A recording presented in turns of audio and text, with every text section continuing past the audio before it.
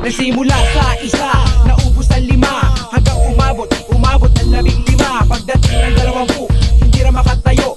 Busog, lubog na sa pagkaupo. Yan na nga ba sinasabi, hindi naman babae. Meron pa tayo parang group or institution na magsasabi na kung anong pinaka-status ng mental health ng mga Pilipino. Kung how as Pilipino as a whole. May mga studies, yung mga SWS, yung mga ganyan.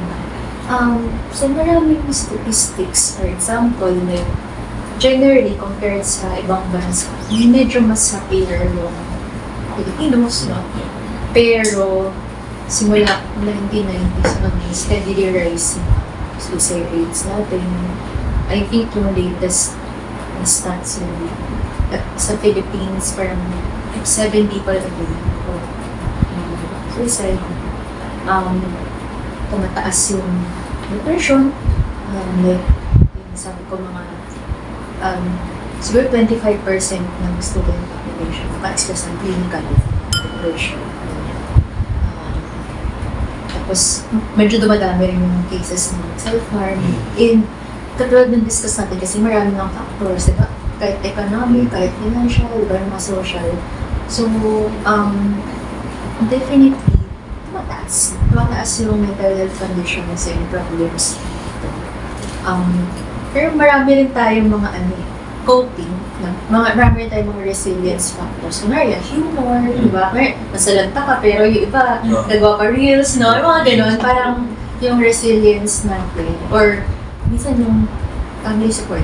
Yeah, sobrang laking tulong. Or, friend, accountabilities, no? So, kung general status, tumataas ang mental condition. Mas somehow, yung call ng awareness sa society, na-hit naman yun eh. Siguro dahil mataas yung kaso, kaya lagi nababalita. Pero, yung programa para doon, para labanan yun, pwede natin sabihin na aggressive din naman eh. Nag-i-inform naman na ganito yung mga problema, ito yung solusyon. Yung information, talaga kinakalat din meron. Hindi yung tipong nanahimik lang yung group ko, mga psychologists o psychiatrists. Kahit na may ganun, talagang talamak yung pagtaas eh, no? Parang siyang droga eh. Totoo lang, ewan ko po dahil baka siguro napapalimutan din ako ng mga kaibigan ko na ng mga nagka-counseling. Pero ang dami mga may problema sa utak na hinahandle nila eh. Yung sila mismo, aminado rin yung so, ang defense lang nila, sabi ko. At least kami, aware kami sa problema namin. Kayo aware, kami, may magbayad. Yung mga programa or para maging healthy mentally yung mga groups na kinabibilangan nito. Paano mag-promote ng parang healthy mind or yung mental health. So, ano siya, pag individual level, yung anong pwede natin magawa on our own.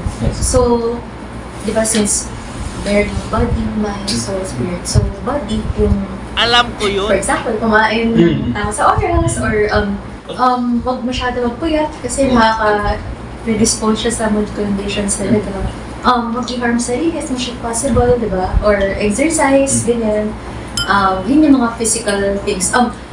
Kung kailangan mag-gamot, mag-take ng gamot regularly. Hindi lang psych meds, kahit ibang meds or ibang supplements. Ganyan. So, sa mind naman is, yung iba, parang nauso nga yung mga affirmations. In a way, parang pwede rin siya mag-work kasi nire-reframe mo yung pag-iisip mo to think of these things. Parang ganyan. Ano pa ba sa, like, kunwari, sobrang stress ka, maybe there are some things that you could turn down or mag-boundaries yung sasabi mo. Like, kung ano lang yung responsibility mo. Saan sila. Ganyan. So, yun. Whatever's helpful for your mind. So, others naman, kung feel mo gusto mong isolate, parang the more, minsan action before emotion. So, the more na, like one same person lang, kahit ka, or masabi ka how you're feeling, kahit suicidal ka yun, or ganyan.